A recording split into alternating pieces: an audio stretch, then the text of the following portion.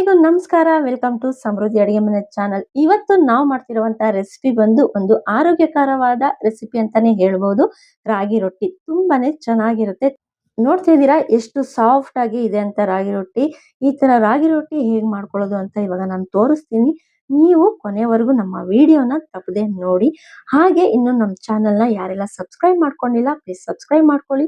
ಹಾಗೆ ಈ ವಿಡಿಯೋನ ನಿಮ್ಮ ಫ್ರೆಂಡ್ಸ್ಗಳಿಗೂ ಕೂಡ ಶೇರ್ ಮಾಡಿ.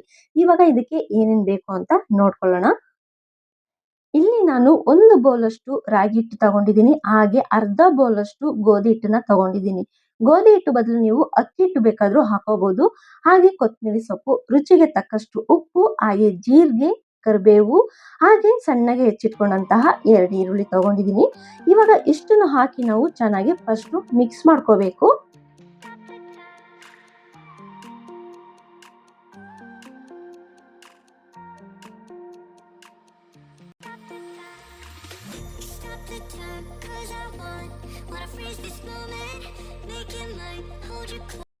ಇವಾಗ ಚೆನ್ನಾಗಿ ಮಿಕ್ಸ್ ಮಾಡ್ಕೊಂಡಿದ್ದಾಗಿದೆ.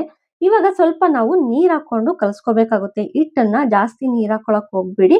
ಸ್ವಲ್ಪ ಸ್ವಲ್ಪ ನೀರ್ ಹಾಕೊಂಡು ಹಿಟ್ಟನ್ನ ಕಲಸ್ಕೊಳ್ಳಿ. ಈರುಳ್ಳಿ ಹಾಕಿರೋದ್ರಿಂದ ಹಿಟ್ಟು ತೆಳುವಾಗುತ್ತೆ. ಸೊ ನೀವು ನೋಡ್ಕೊಂಡು ಸ್ವಲ್ಪ ನೀರ್ ಹಾಕೊಂಡು ಕಲಸ್ಕೊಳ್ತಾ ಹೋಗಿ.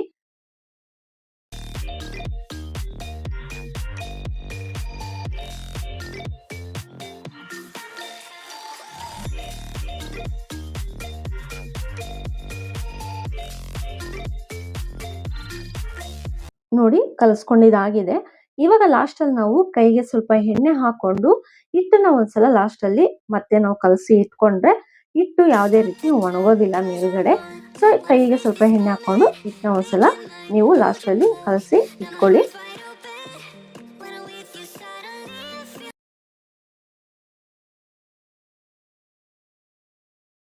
ನೋಡಿ ಇಷ್ಟು ಬಂದ್ರೆ ಸಾಕು. ರೊಟ್ಟಿ ಹಿಟ್ಟು ತುಂಬಾ ತೆಳುವಾಯ್ತು ಅಂದ್ರೆ ತೊಟ್ಕೊಳ್ಳೋದಿಕ್ಕೆ ಆಗೋದಿಲ್ಲ. ಸೊ ಇವಾಗ ನಾವು ರೊಟ್ಟಿ ತೊಟ್ಕೊಳ್ಳೋಣ. ಅದಕ್ಕಿಂತ ಮುಂಚೆ ರೊಟ್ಟಿ ಹಂಚನ್ನ ನಾವು ಕಾಯಕ್ಕೆ ಇಟ್ಕೊಳ್ಳೋಣ.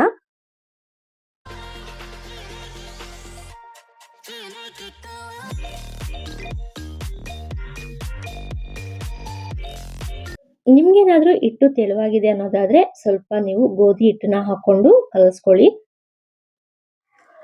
ನೋಡಿ ನಾನು ಈ ತರ ಗಟ್ಟಿ ಕವರ್ ತಗೊಂಡಿದ್ದೀನಿ. ನಿಮ್ಮ ಮನೆಯಲ್ಲಿ ಬಟರ್ ಪೇಪರ್ ಇದೆ ಅನ್ನೋದಾದ್ರೆ ನೀವು ಅದ್ರಲ್ಲಾದ್ರೂ ತೊಟ್ಕೋಬಹುದು. ಹಾಗೆ ಎರಡೂ ಇಲ್ಲ ಅನ್ನೋದಾದ್ರೆ ನೀವು ಎಣ್ಣೆ ಕವರ್ ಅಲ್ಲಿ ಕೂಡ ನೀವು ರೊಟ್ಟಿನ ತೊಟ್ಕೋಬಹುದು. ಕವರ್ ಮೇಲೆ ಸ್ವಲ್ಪ ಎಣ್ಣೆ ಹಾಕಿ ಎಲ್ಲಾ ಕಡೆನೂ ಸ್ಪ್ರೆಡ್ ಮಾಡ್ಕೊಂಡು ನಿಮ್ಗೆ ಯಾವ ಸೈಜಿಗೆ ಬೇಕು ರೊಟ್ಟಿ ಆ ಸೈಜಿನಷ್ಟು ಹಿಟ್ಟು ತಗೊಂಡು ರೊಟ್ಟಿನ ತೊಟ್ಕೊಳ್ಳಿ. ರೊಟ್ಟಿ ತೊಟ್ಕೋಬೇಕಾದ್ರೆ ಸ್ವಲ್ಪ ಎಣ್ಣೆ ಕೈನ ಮಾಡ್ಕೊಂಡು ಸ್ವಲ್ಪ ರೊಟ್ಟಿ ತೊಟ್ಕೊಳ್ಳಿ. ಇಲ್ಲಾಂತಂದ್ರೆ ಕೈಗೆ ಅಂಟ್ಕೊಂಡ್ರೆ ಏನಾಗುತ್ತೆ ಎಲ್ಲ ಬಿಟ್ಕೋಬಿಡುತ್ತೆ ರೊಟ್ಟಿ. ಸೊ ನೀವು ಸ್ವಲ್ಪ ಎಣ್ಣೆ ಕೈ ಮಾಡ್ಕೊಂಡು ರೊಟ್ಟಿನ ತೊಟ್ಕೊಳ್ಳಿ. ಶುಗರ್ ಇರೋರಿಗೆ ಈ ತರ ರೊಟ್ಟಿ ಮಾಡ್ಕೊಟ್ರೆ ತುಂಬಾನೇ ಚೆನ್ನಾಗಿರುತ್ತೆ. ಅವರಿಗೆ ಯಾವಾಗ್ಲೂ ಅವರು ಮುದ್ದೆ ಅಂತ ತಿನ್ನೋ ಬದಲು ಈ ತರ ರೊಟ್ಟಿನೂ ಮಾಡ್ಕೊಟ್ರೆ ತುಂಬಾ ಚೆನ್ನಾಗಿರುತ್ತೆ. ಅವರು ರೈಸ್ ಸ್ವಲ್ಪ ಕಡಿಮೆ ತಿನ್ನೋದ್ರಿಂದ ಅವ್ರಿಗೊಂದ್ ಸ್ವಲ್ಪ ಚೇಂಜಸ್ ಕೂಡನು ಅಂತ ಅನ್ಸುತ್ತೆ. ಸೊ ಇವಾಗ ಹಂಚು ಕಾಯ್ದಿದೆ. ಇವಾಗ ನಾವು ರೊಟ್ಟಿನ ಹಾಕೊಳ್ಳೋಣ. ರೊಟ್ಟಿ ಹಾಕೊಳ್ಳೋಕ್ಕಿಂತ ಮುಂಚೆ ಹಂಚಿನ ಮೇಲೆ ಸ್ವಲ್ಪ ಎಣ್ಣೆ ಹಾಕೊಳ್ಳಿ. ಎಣ್ಣೆ ಹಾಕೊಂಡ ನಂತರ ನೀವು ರೊಟ್ಟಿನ ಹಾಕೊಂಡು ಅದ್ರ ಮೇಲ್ಗಡೆ ಸ್ವಲ್ಪ ಲೈಟ್ ಆಗಿ ಎಣ್ಣೆನ ಹಾಕೊಳ್ಳಿ.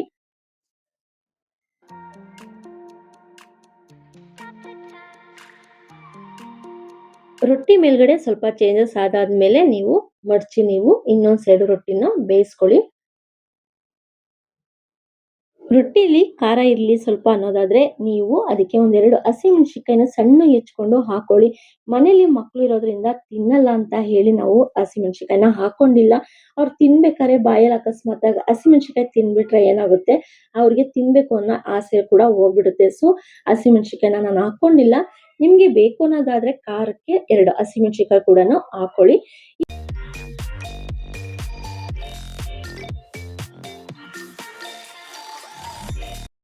ಫೈನಲ್ ಆಗಿ ರಾಗಿ ರೊಟ್ಟಿ ಆಗಿದೆ ತಗೋಬೇಕು ಅನ್ನುವಾಗ ನೀವು ಒಂದ್ಸಲ ಈ ತರ ಫುಲ್ಲು ಒಂದ್ಸಲ ರೊಟೇಟ್ ಮಾಡ್ಕೊಳ್ಳಿ. ಯಾಕೆಂದ್ರೆ ಸೈಡ್ ಅಲ್ಲೆಲ್ಲ ಬೆಂದಿಲ್ಲ ಅಂದ್ರೆ ಬೇಯುತ್ತೆ ಕೂಡ.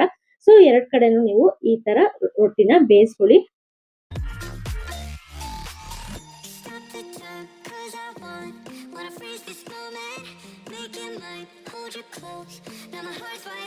ಫೈನಲ್ ಆಗಿ ರಾಗಿ ರೊಟ್ಟಿ ರೆಡಿ ಆಯ್ತು.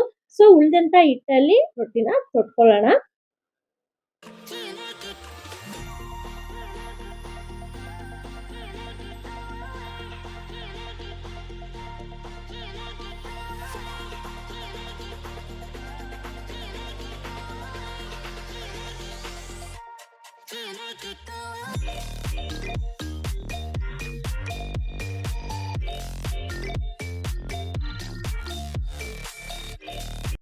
ಫೈನಲ್ ಆಗಿ ಎಲ್ಲ ರೊಟ್ಟಿ ತೊಟ್ಕೊಂಡಿದ್ದಾಗಿದೆ. ಇವಾಗ ಟೇಸ್ಟ್ ಒಂದೇ ನಾವು ನೋಡ್ಬೇಕಾಗಿರೋದು. ಎಷ್ಟು ಸಾಫ್ಟ್ ಆಗಿ ಬಂದಿದೆ ಅಂತೀರಾ ರೊಟ್ಟಿ ತುಂಬಾನೇ ಚೆನ್ನಾಗಿ ಬಂದಿದೆ. ನೀವು ಒಂದ್ಸಲ ಈ ತರ ರೊಟ್ಟಿ ಮಾಡ್ಕೊಳ್ಳೋದಕ್ಕೆ ಟ್ರೈ ಮಾಡಿ. ಹಾಗೆ ಟೇಸ್ಟ್ ಹೇಗಿದೆ ಅಂತ ನೋಡೋಣ ಇವಾಗ. ರೊಟ್ಟಿಗೆ ನಾನು ಕಾಯಿ ಚಟ್ನಿ ಮಾಡ್ಕೊಂಡಿದ್ದೆ. ತುಂಬಾನೇ ಚೆನ್ನಾಗಿರುತ್ತೆ ಅಂತ ಹೇಳಿ. ಹಾಗೆ ರೊಟ್ಟಿ ಜೊತೆ ಕಾಯಿ ಚಟ್ನಿ ತುಂಬಾನೇ ಚೆನ್ನಾಗಿತ್ತು. ತಿನ್ನೋದಕ್ಕಂತೂ ತುಂಬಾನೇ ಟೇಸ್ಟಿಯಾಗಿತ್ತು. ಇದೇ ರೀತಿ ನಿಮ್ಗೆ ಒಳ್ಳೊಳ್ಳೆ ರೆಸಿಪಿಗಳು ಬೇಕು ಅನ್ನೋದಾದ್ರೆ ನೀವು ನಮ್ಮ ಸಮೃದ್ಧಿ ಅಡುಗೆ ಮನೆ ಚಾನೆಲ್‌ನ ಸಬ್ಸ್ಕ್ರೈಬ್ ಮಾಡ್ಕೊಳ್ಳಿ. Thank you.